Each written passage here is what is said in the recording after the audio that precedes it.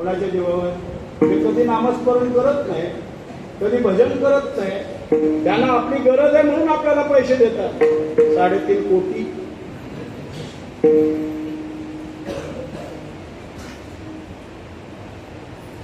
काय चालवले होय? आपल्याला ज्ञान प्राप्त होईल का हो? विकत जर गेलो तर आपण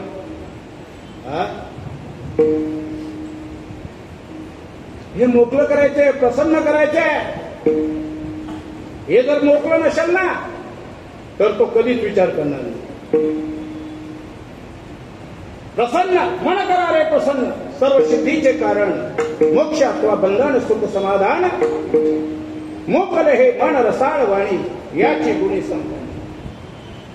अहो कोण देत होतं त्यावेळेस? 1975 साडी मंदिर बांधलं बाबा कंपनी आहे, जुनी कंपनी. कसं बांधलं असेल? त्यावेळेस पैसा होता का? विचार करा बाबा.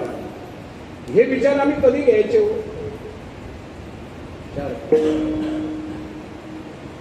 बाजार बाजार बाजार बाजारामध्ये कधीच फिरू नका. जन्म मरणाची येरधार सफळ होणार नाही बाबांनो.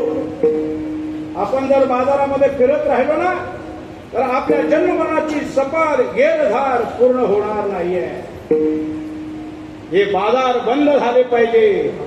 ज्या विभूतीला आम्ही 3,500 आणला तो आता 75,000 रुपये घ्या. 75,000. विचार करा बाबा. आमच्या वसुंधराच्या गावालाच आणला होता. 3100 रुपये प्रॉफिट दिला होता मला. किती? मी आता नाव नाही घेतलं, तुम्ही लगेच फोन करा.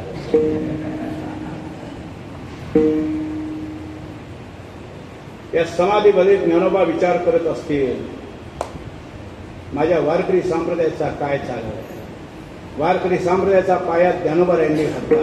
हा विचार करा. संत कृपा झाली, इमारत पडाली, ज्ञानदेव रचिला पाया, उभारिला देव. जनार्दन एकनाथ खांब दिला भागवत, भजन करी सावकाश तुका झाला से.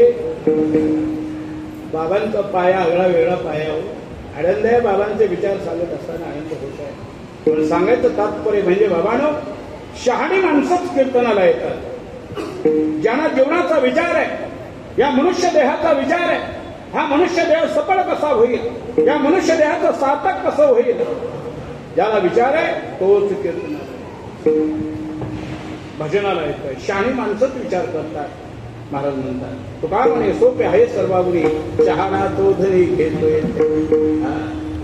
जरी शहाणा माणूस जरी येत असेल तरी आम्ही म्हणतो विठ्ठल म्हणा, पण यांची टाळीच वाजत नाही आणि विठ्ठल सुद्धा मुखात नाही येत. ज्ञानदेव म्हणे नाम हे सुलभ आणि सर्वत्र दुर्लभ. दुर्लभ आहे, सर्वांच्या मुखात नाम येत. याच्याकरता काय लागतोय? पुण्य लागतोय. पुण्य. महाराज म्हणतात पुण्याशिवाय मुखातून राम येत नाहीये. जन्म जन्मांतरी असेल पुण्य सामग्री, तरीच जिव्हावरी नाम येईल श्रीराम.